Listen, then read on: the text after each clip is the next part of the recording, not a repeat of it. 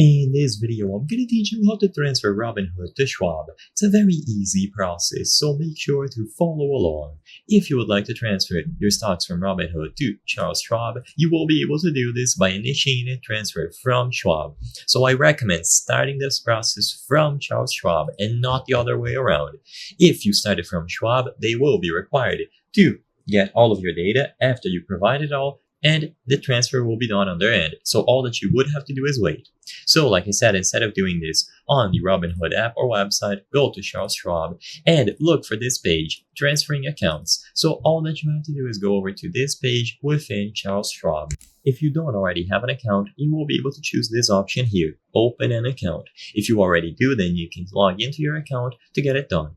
Under brokerage and trading, you will be able to find some account types. You will have popular investment accounts, and you just choose the one that lines up with your Robinhood account. So once you choose the option here, you will be able to proceed with this process, so individual brokerage or joint brokerage. Click on either of those options according to the account that you will be transferring, and you will be able to go through this form.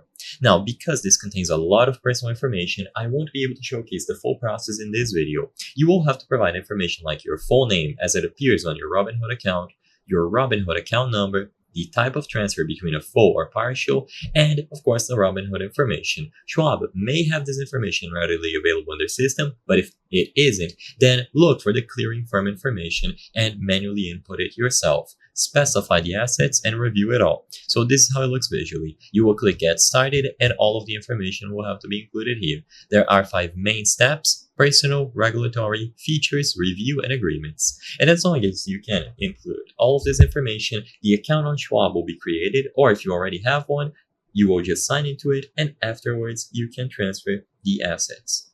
I hope I was able to help you on how to transfer Robinhood to Schwab.